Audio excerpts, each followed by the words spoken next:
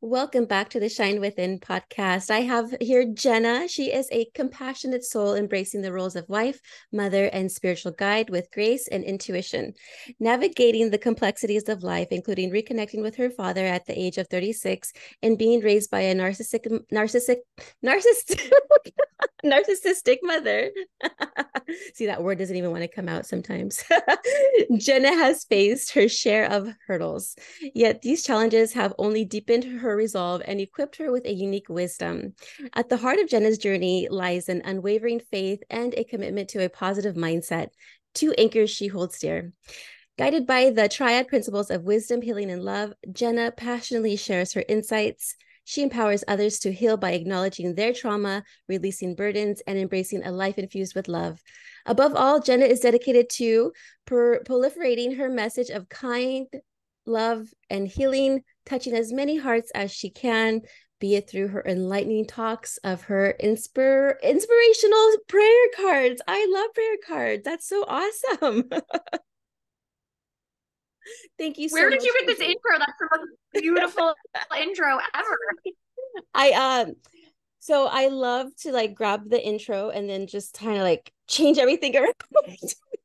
So I I grabbed it from your love PR it. person, and then I'm like, let's just make it sound more loving because that's what you're all about, is to spread love and joy to the world. So I'm like, let's make this sound loving. Although your bio is beautiful anyway, or just, just a little touch of specialness. But thanks for joining me today on my show. It's a blessing to have you on here, and you have a tremendous story, as I did, but I would love for you just to share your background and what you've experienced in your life and what drove you to then become a coach, and an inspirational person to help others perhaps who are going through the same thing that you went through.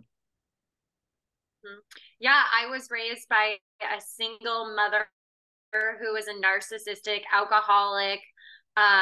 And it was very challenging. We had a lot of roller coasters. There was a motorcycle gang member involved at one point in time in my life for a couple years who's now in jail for murder.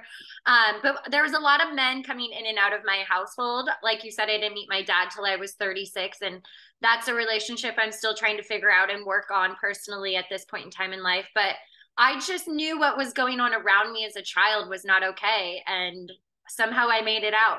Amazingly, I made it out and I created this beautiful little world for myself here now. And so I love sharing my pain to purpose story because I think that we all have more in common than we realize. And when we start talking, we actually like I just said, we have more in common when we're open and willing to share. Yes, that's so true. My childhood involved with my mother, my siblings. I'm the youngest out of four. The rest are a lot older than me. My father was murdered when I was a baby, and my mom saw me drawing pictures of like a family with a man in there because she knew that didn't have a father figure, and I would ask her like, "Why don't I have a dad?" As a little girl. And so she went on to the venture of like dating, kind of. she was very she she's very strict when it comes to bringing people over the house, and whoever she did bring, they were like a family friend if it was a male. And anyway, this man comes into our life, and he seemed very nice and very kind, and yet was abusive towards me sexually. So my mom had Oh, no idea about what was going on. Otherwise, she would have put a stop to it right away. But I didn't know what it was like to have a father figure. I didn't know what it was like to have like that type of role model in the household. So I kind of put my trust in that guy, right? And so he abused me and did all these lewd acts and had me do things to him, and it was just a horrific experience thinking about it now. Like, what the heck? But I masked all of that pain that I had because nobody knew about what had happened until I turned 22. Now, during the ages, this happened between the ages of 6 to 12, the sexual abuse. But then I masked all of it until until I got really 30 something years old. But I nobody knew in my family what had happened until one day, my mom had got rid of him when I turned like, I think 13 or so. They broke up, and I was like, yes, thank goodness, but I still kept it inside. no. And yeah, I was getting in such like horrible, horrible relationships. And I was either abused or I was the abusee. Like I was the one abusing them. And I then got into drugs in my senior year in high school. And then I got into alcohol when I turned 21, almost close to 22 years of age. And my behavior was reckless. I was hanging around with like all of the wrong people. So I thought at the time. And or right people at the so I thought at the time, and then which turned out to be the wrong people. And then one time my mom and my family, they're like, you know what, this is it, we need to have an intervention, we need to see what's going on with you because you're not yourself and everything. And so it finally came out like the reason why I'm probably like this is because I was sexually abused when I was young, and everyone was like paused and was like so quiet, and they're just like, what? And then my mom kind of questioned me, like, okay, talking about a certain part of something near his genital area, I'd say. And she's like, she didn't really believe me at first. And I'm just like, wait a minute, I just told you everything.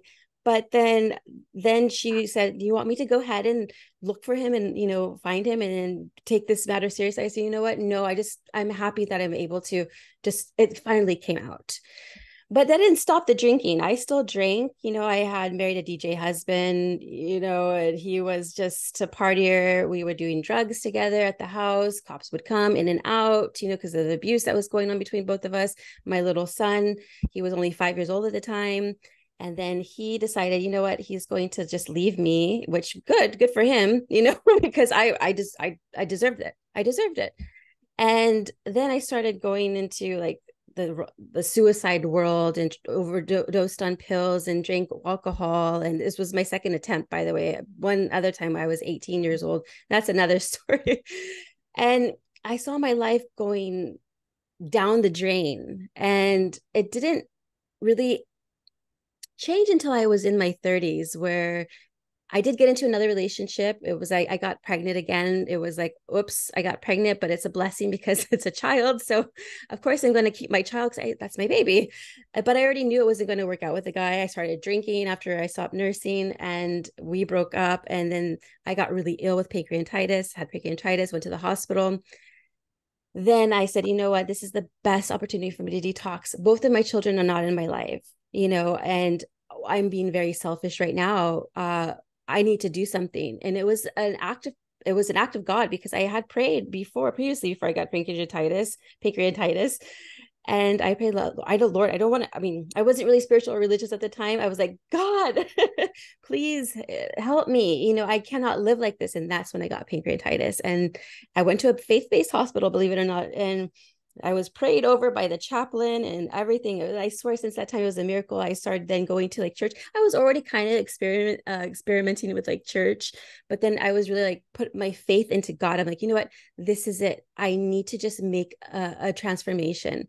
And I've been guided divinely throughout this process. I got a mindset coach who's helped me tremendously take all the ick out of my brain and implement good stuff that I should have been talking about myself a long time ago. And from there, things have changed. I'm remarried now. I have a stepson now. So I have 3 boys now. And when we do have our children, because, the different parental, I guess their schedules are different. When we do come together, is a beautiful thing. And I feel like I've been blessed, and I'm grateful. And I'm just like, wow. So I understand like the whole pain for purpose. It wasn't until like I was 30 something years old that I finally figured out. But enough about me. I feel like I just had to get it out there. I feel better now. This is about you. No, this is about us. We are Yeah. a community of women our pain and trying to help others. Makes me cry even saying it, but that's what we're here for. So please share. I love sharing. Yes. So that's just a little bit of background about me. Yeah, no, I love it. I heard this once, and it was like, when you pray to God for patience, He doesn't just instantly make you patient. He gives you the opportunity to practice patience.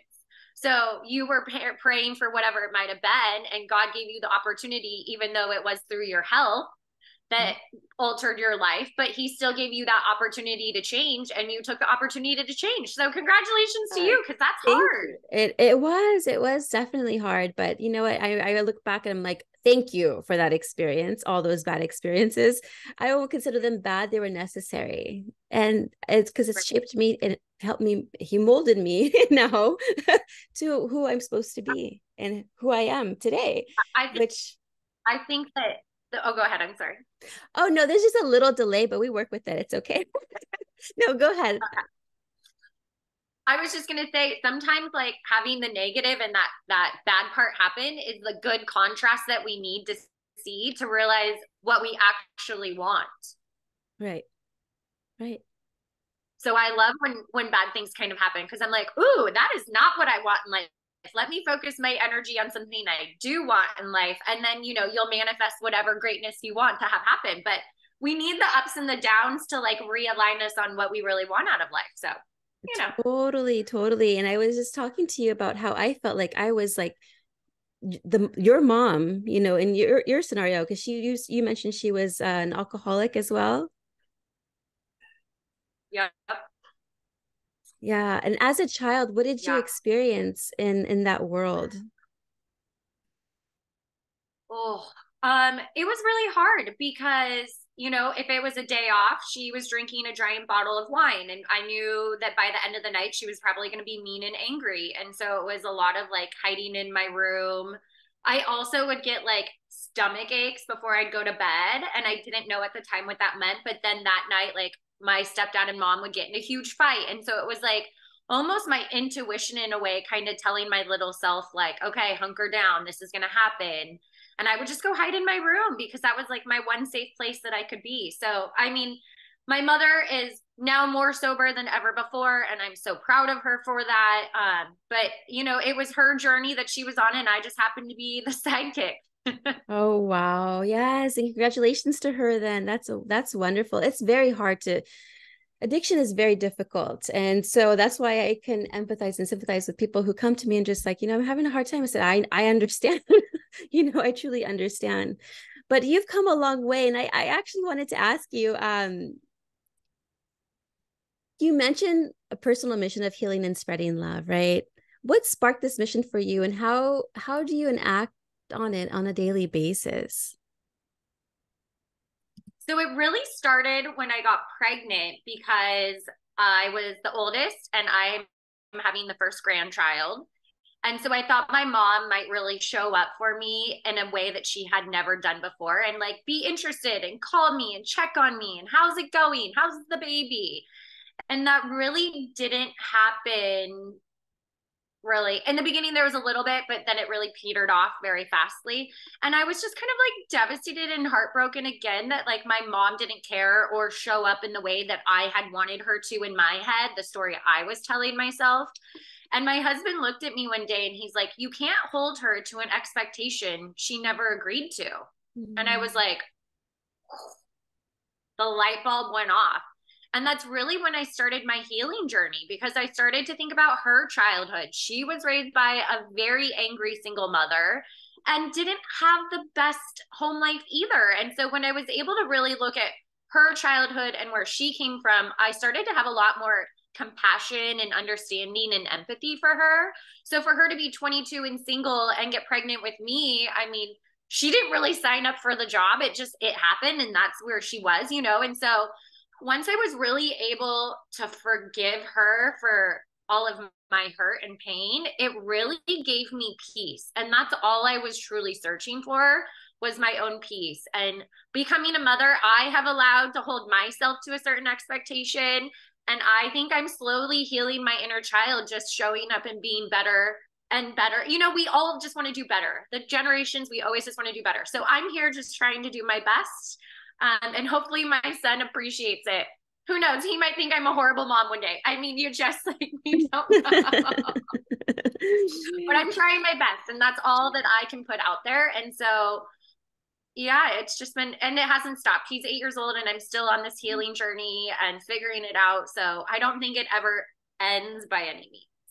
Absolutely. He's 8. Oh, how sweet. My son's gonna turn 8 and actually next month. October because we're already in September. Wild. Yeah, and then my oldest is 15 years old and he's like 6'3" almost. it's I know it's I'm so nervous crazy. the day I have to look up and say hi. It's like, when we have to do, I'm nervous for that. I know. Oh, I love children. They're just such a blessing. And I think that's really what shaped me as well. Is like it, I look at them like, wow, they only have one mother, they need a mother. And that's what I am now to them. And bless their hearts. They bring me so much joy.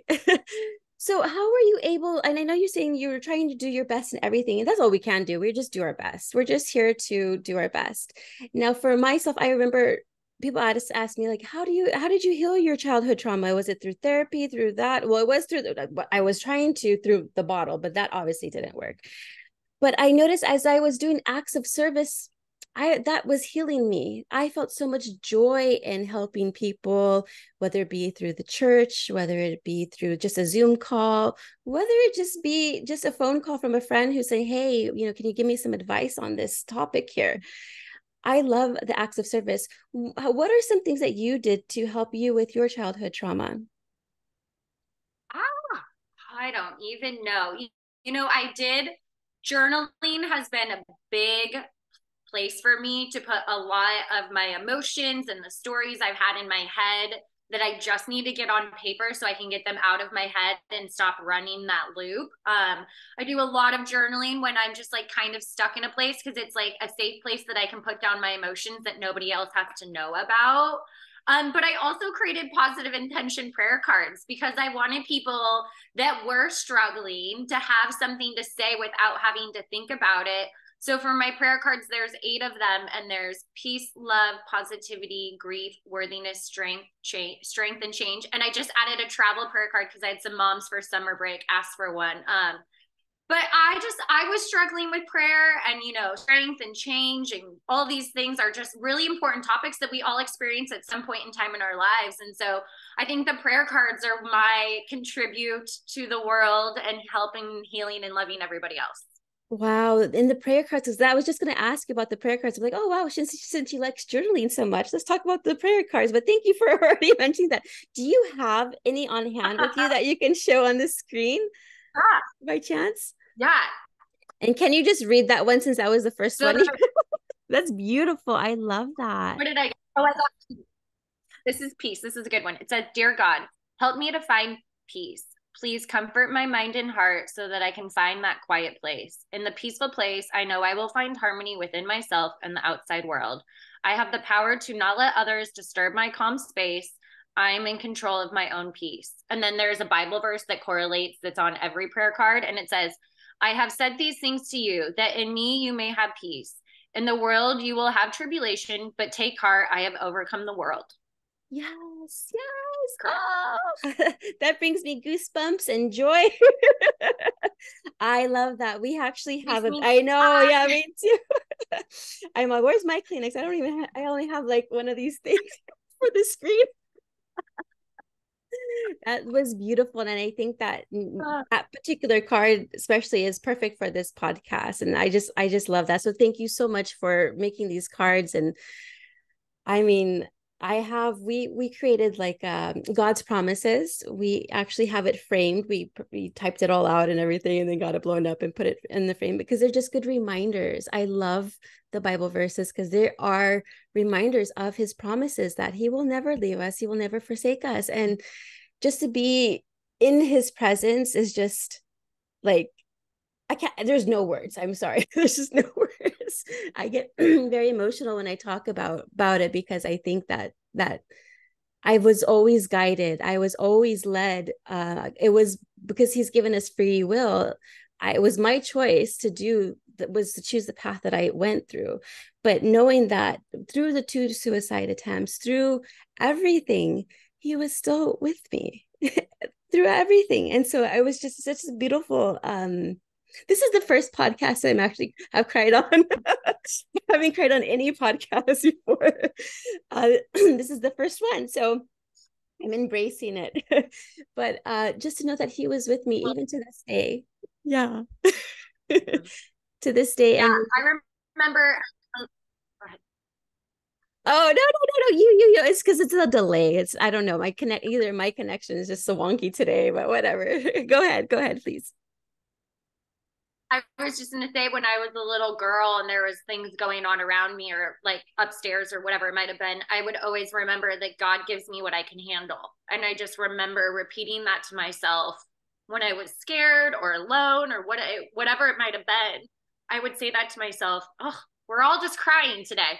Yeah, it's okay. But that was like such a big part of it. But it's also so funny because I went to church alone as a little girl. Like my family did not go to church, but I would always find a ride to church. And I don't know what drew me towards God, but like you said, like he was always there. Like I took the city bus to go to church on Sundays sometimes because I wanted to go. So like I was the only one getting up and going to church by myself, but he had that strength within me to pull me up and get me out. So I just so grateful, so thankful. And by the way, your journey was your journey, and that was always supposed to be your journey. So just appreciate where you are now because you made it out of the thick and you're living the most beautiful life. Yes. And yes, that's what I say. I'm very grateful for my journey. Excuse me. I'm just going to sip my smoothie that I made this like it's like blueberries and strawberries and raspberries and I put some yogurt in there. Um now I know I just there's just so much I could talk about with God. It's like, wow. So when I was little, I was going to a Spanish speaking church. Because like I said, my dad died when I was a baby, but his side of the family loved me so much. They would just take care of me. But they were all Spanish speaking. I didn't speak any Spanish because my mom's second language was Spanish. Her first language was English. And then when we had babysitters, whatever the babysitters would talk to us would be in English. And so I just learned English. But I remember just going as a little girl at age like 6 years old or 5 or 4 and just like praying. But then I was like, why are they yelling at me? What did I do?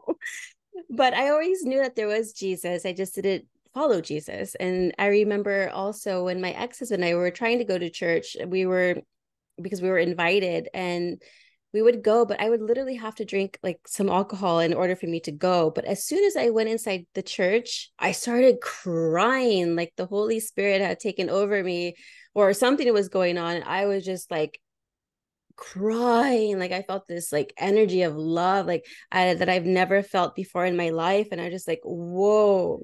I said, okay, I think I need to be here. And so that's why when I got sober, then I started going to the church and just embracing everybody and just wanting to learn more about scripture because I didn't know anything about the Bible. I didn't know nothing. So I was trying to do like women's Bible study and I met these wonderful women and I was then serving the children's ministry. And that's how I met this little boy who's then the father. I'm later on married the father. I met him in the street ministry and just everything together. It's like the Lord has a beautiful plan for you and it's never too late to ask the Lord for help. He's there no matter what. Yes, ma'am. Oh, I like you. I can't, we could talk about this topic for days. Yeah. Yeah. So your thoughts as far as like when people are struggling with whatever is going on in their life, how do you coach and how do you help clients get closer to God? I really think that we love to fill our lives with busyness and activities, and we run from wanting to hear the truth. And I think that when we actually take the time to like sit down and pray and just give ourselves those moments of silence is when I've really heard God speak to me or touch my heart or give me an idea or guide me in a way I didn't think I needed it. But I just think it's so important to really allow ourselves to slow down and take that quiet time for ourselves because it's just good for our mental health, for our physical health. And then we get to have that beautiful connection that we don't allow ourselves to have all the time. Yes, you're absolutely right because the world is so chaotic right now. And I feel like even on the road, okay, so I work also as a massage therapist at the Four Seasons Hotel. I've been there like over 16 years. Oh my goodness. But they changed the schedule since after the whole pandemic. And I used to work evenings from like 3 o'clock to 9 p.m. And there was no traffic because I live maybe about half hour away because I live in San Jose and that's over in Palo Alto. So about 30 minutes. I literally only work one day a week now because I have my business and everything and being mom and wife, and it keeps me occupied. But I still wanted to be there at least one day a week so I could enjoy my family there at the hotel because I love them dearly in the spa department. But I have to wake up at 4 a.m. to get ready to go to work at 5, and then I leave my home at 5:45 just so I can get there around like almost 6:30. I don't start till 10, mind you. So, but during that time, the roads are so chaotic. And so I'm like, it's 5:45 people. Why are you guys so stressed and accidents and everything? And I'm just like, oh my goodness. And so what I've learned to do is take my time to go to the hotel and just do my deep breathing when I get there, because I don't want to start my day off with everybody's like negative energy, because I'm very sensitive. I'm a sensitive person, so I can sense people's energy. I can like empathize towards people's spirit, and I can tell if someone's having a bad day. Then I'm just like, oh, okay. But you're so right about the grounding yourself and taking that time just to relax and be with yourself and your spirit, because the spirit is there to guide us, and I always talk to my intuition, which I learned is like our higher self, which then it could be like also the Holy Spirit as well.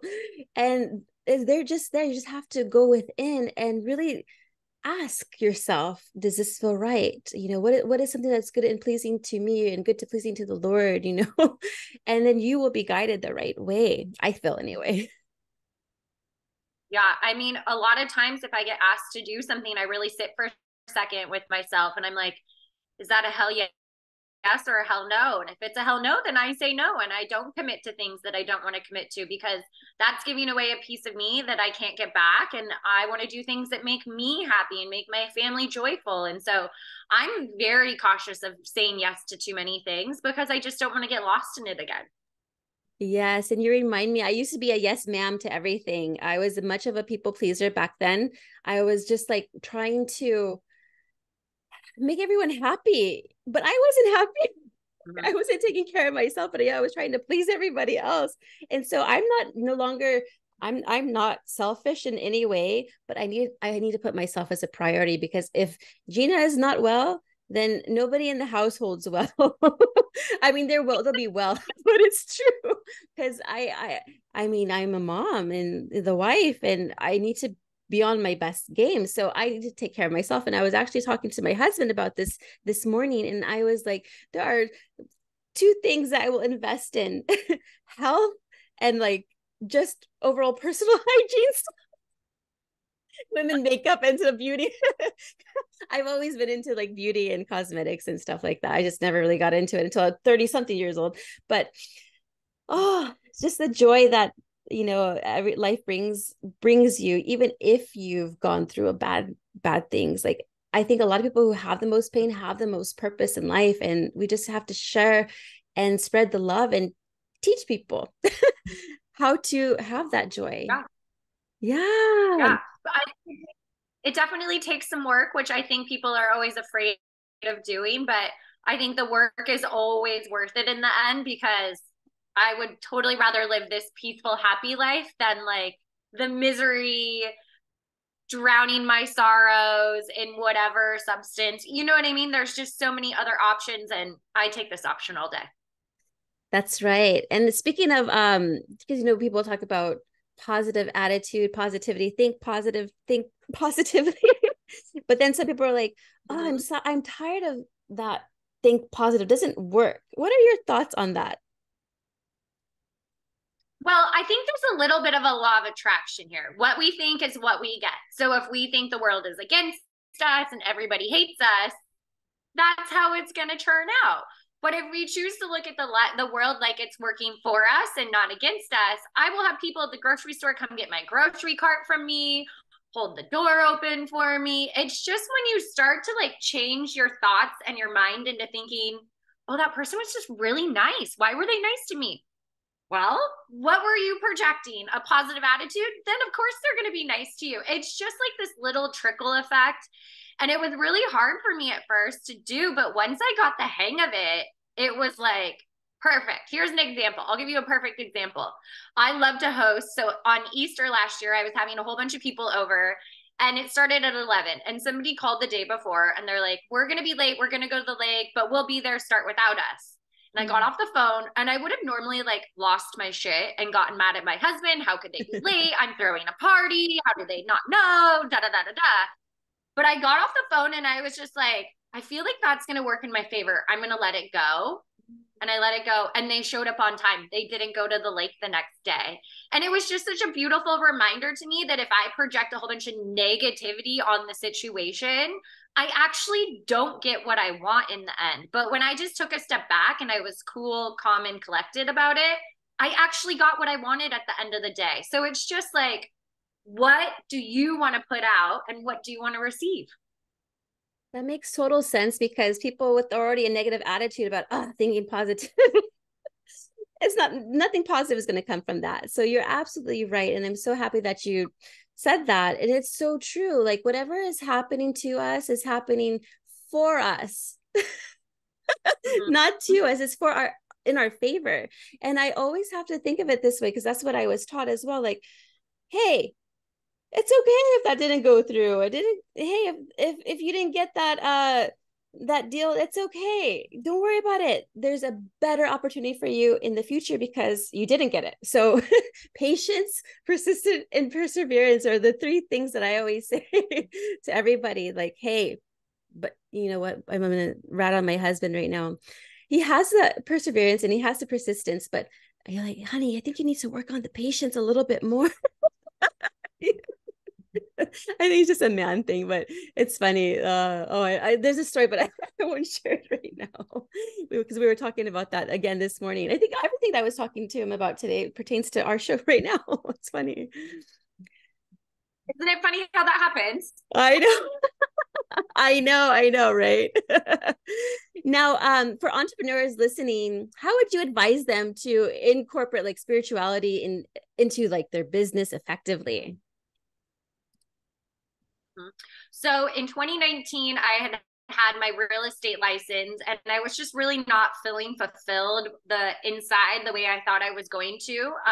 And so my husband gave me 6 months. He's like, figure out what you want to do and then let's hit the ground running when you decide. And so I spent 6 months on the floor of my office after I took my son to school, just meditating and praying and journaling and what is this like strong desire I have within me? What am I supposed to do with this?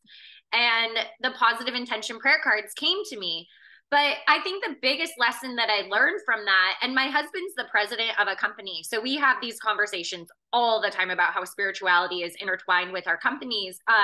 But it really is just like, you will get that divine guidance. You will get those divine ideas. And those aren't ideas I can think of on my own, but those are ideas that are our purpose and are guided to us. And I think that that's what makes you more authentic and more successful, is when you're really doing something that is your heart and your soul and you're projecting something great out into the world. So when we allow that spiritualness to come into our companies, we're actually working from a better, greater foundation. And so it's just letting ourselves to tap into those ideas or that creativity that maybe we don't always allow, that would help our companies grow and expand. Absolutely. And it's interesting because a lot of people, because I work with a lot of entrepreneurs and I'm an entrepreneur myself. And that's why I wanted to ask that question too. But I notice a lot of people that I'm speaking to, they're in the corporate world, they're out of the corporate world and is wanting to do their own business because they don't feel like something doesn't, since the pandemic, when they're going back to work, something doesn't align to them anymore. And I think like going back to what you're saying about pausing, during that time, I think that a lot of people paused and really kind of like self-evaluated and say, you know what? I want to start doing things that I want to do. I don't necessarily want to be told exactly what to do, how to do it, and what time to have it done by.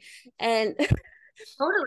Yeah. Yeah. And so I think people are starting to recognize their gifts, their passion, and their love for certain things, whether it be making a product, whether it be coaching business, anything. I think people are shifting and becoming more aware that, hey, there's more love I can give to this world. It doesn't have to be like what I was told I'm supposed to do, but I can start thinking for myself and doing things that make me happy. Yeah.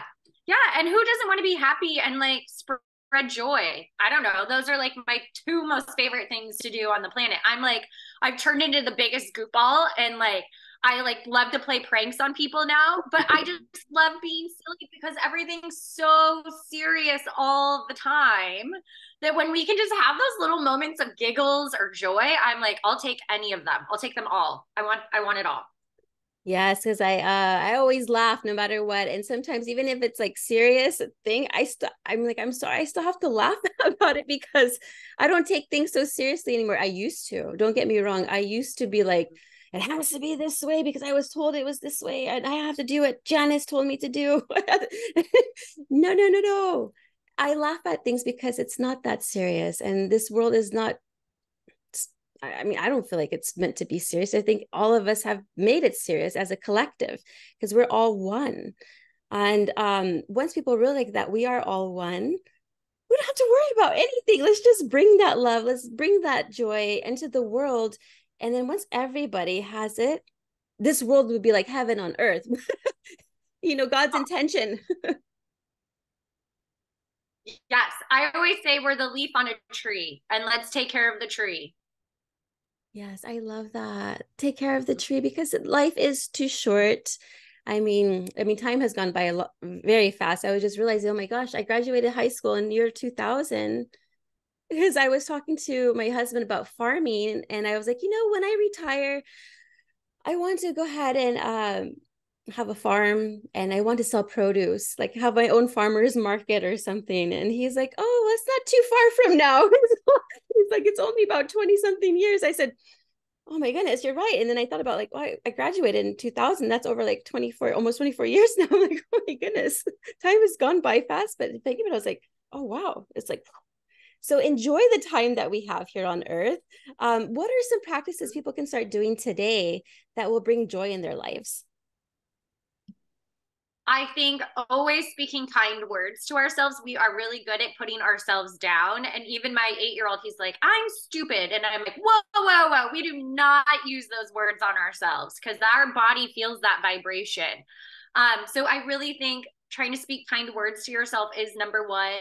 I love to say my affirmations and my prayers before I put my feet on the ground every morning and just say I have ease and flow and grace and all that's supposed to come to me will come to me. I just think I think we just need to be so much more kind and easy on ourselves because people love to be hard and put ourselves down, and we just cannot participate in these actions any longer. So those are like my biggest takeaways is just be kind to yourself. Because when you're kind to yourself, then you're kind to others. Yes, yes. My son said the same thing. He's like, I quit. I'm like, Mm-hmm. I said, honey, we don't quit. We push through. No. I said, you're not a failure, honey. There's no failure. I said, you only fail if you stop trying, but we gotta just push and Yeah. push and push. And so yes, it's the kids, they start, and I'm guilty of it too. I started talking to myself negatively since I had probably was in preschool. I'm no good, I suck, Mm-hmm. or I this. But words are very powerful, and they can do a lot of damage because your brain is downloading all that information that you're talking to telling yourself. So when I noticed that I started talking to myself differently, it's like, okay, I'm going to try to get better. At least say that I'm going to try to get better. And so where it's like I'm at a point where like, wow, I can do incredible things because of God. I always have to say because of Christ. I always put that at the end there too. But it's so true, and I think once people realize their potential, that it's limitless. You have so many opportunities, Oh, and it's so, yes, yes, it is limitless. I mean, the world I live in now is the world that I dreamt of as a little girl, not ever knowing how to make it happen or how to get there, to get from A to B. But I just like sit here sometimes and I'm like, how is it possible that I like have a loving, safe home? We have a roof over our head. We have food in our bellies. We have cars in the garage. Like, how did I get so blessed and luck? Oh, it makes me want to cry. But it's just like you do the best you can and you move forward every day. And it's wild sometimes when I think about where I came from and how I got here. You're absolutely right. And I just like take deep breaths, like, because I'm getting cold chills again too. That's like I always feel like it's my spirit speaking But to me, like, pay attention, Gina, you're getting cold chills. well, they um, say that goosebumps are the truth vibration. oh, okay. I didn't know that. So truth vibration. Yeah, Okay, good to know. I'm gonna yeah, write that one down. Truth I know. vibration equals Yeah, goosebumps. but what the funny part is now I have this little boy who is being raised in a happy, health, safe home, and he's spoiled. And I'm like, boo.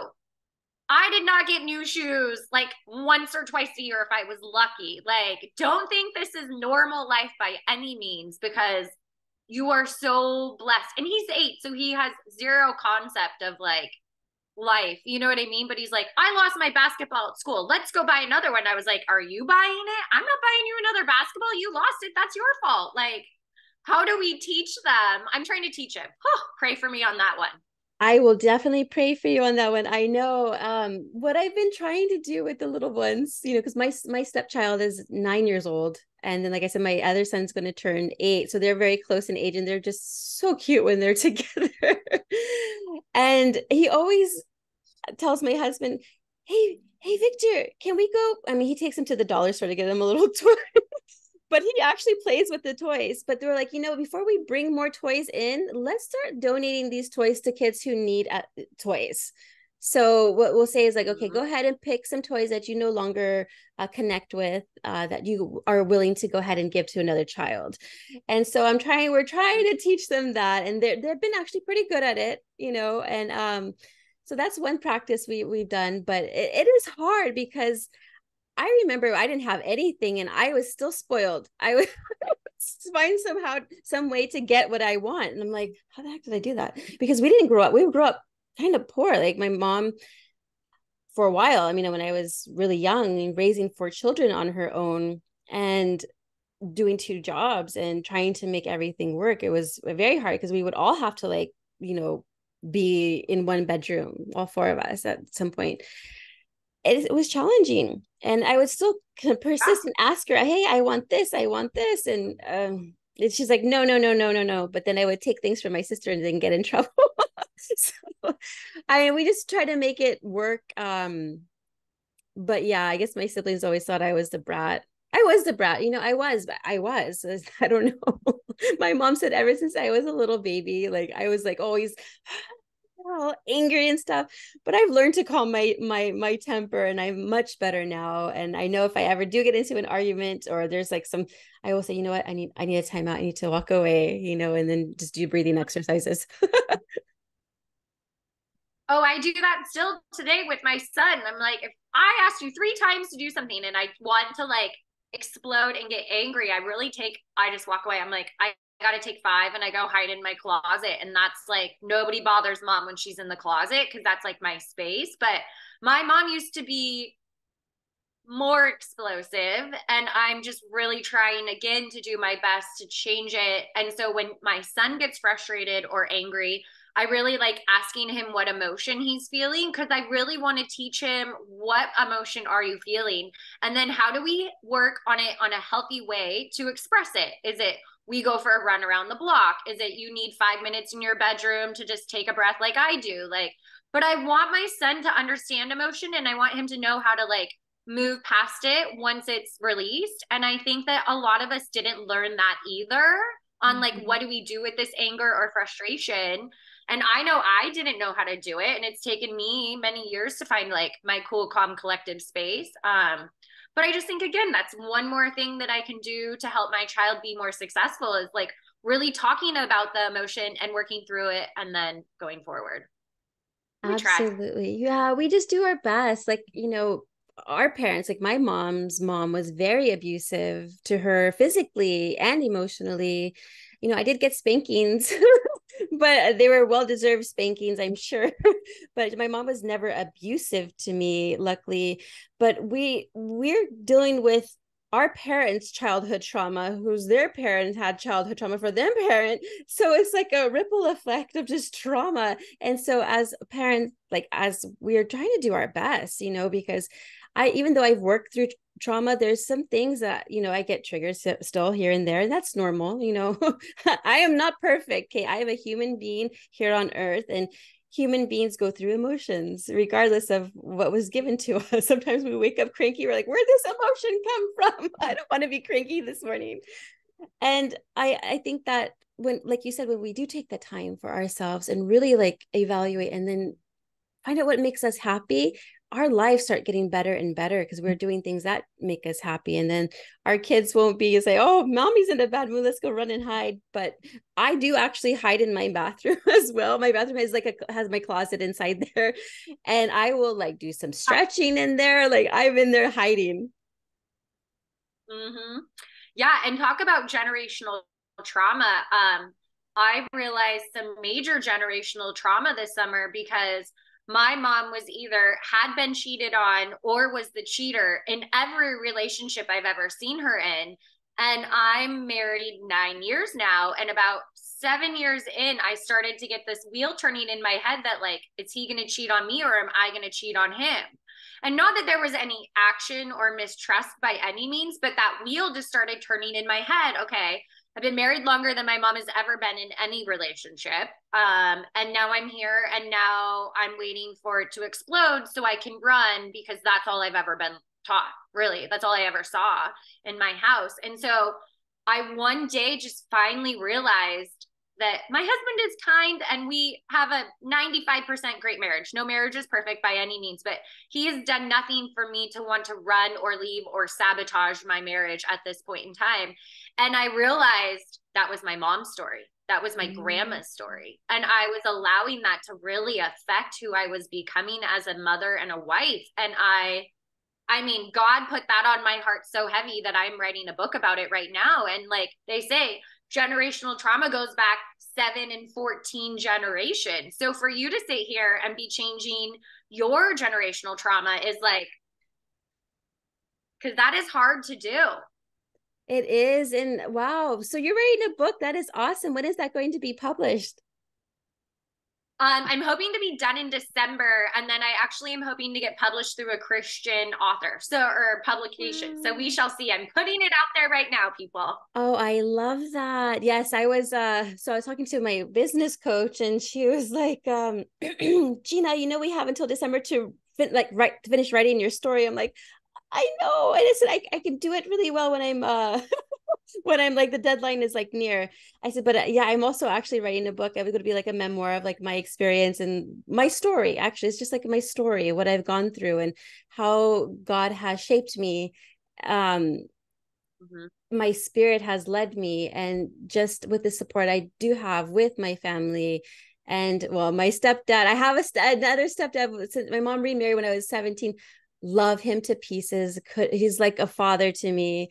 Couldn't have been blessed with a wonderful like stepfather now. And so, and I do have a lot of support from my family and of course my husband, and my kids are always cheering me on, you know. They're little, they don't really know what's mom doing, who knows. So congratulations on your book. Now I want to ask you, where can people find you and follow you and just know a little bit more about Jenna? All the good things. Well, I made it very easy. I sell my prayer cards on Etsy under Jenna B Spiritual. And I'm also on Instagram sharing tips and tricks on how to live a positive and happy life. And it is the same handle of Jenna B Spiritual, which is also my website address. That's beautiful. Is there anything else you would like to share with the audience? Because I love our conversation. I can talk to you for days. I think what I said earlier about not holding people to expectations they have not agreed to was the biggest shift in my life personally. So I love repeating that to people because I just think we could hold it to our husbands, to our kids, to everybody around us in our close circle. We still have a story in our head of how we want them to act, and we have to remember that's not them. That is right. You're so right. Well, thank you so much, Jenna, for coming onto my show today, and hope we'll stay connected for sure. Hold on, wait.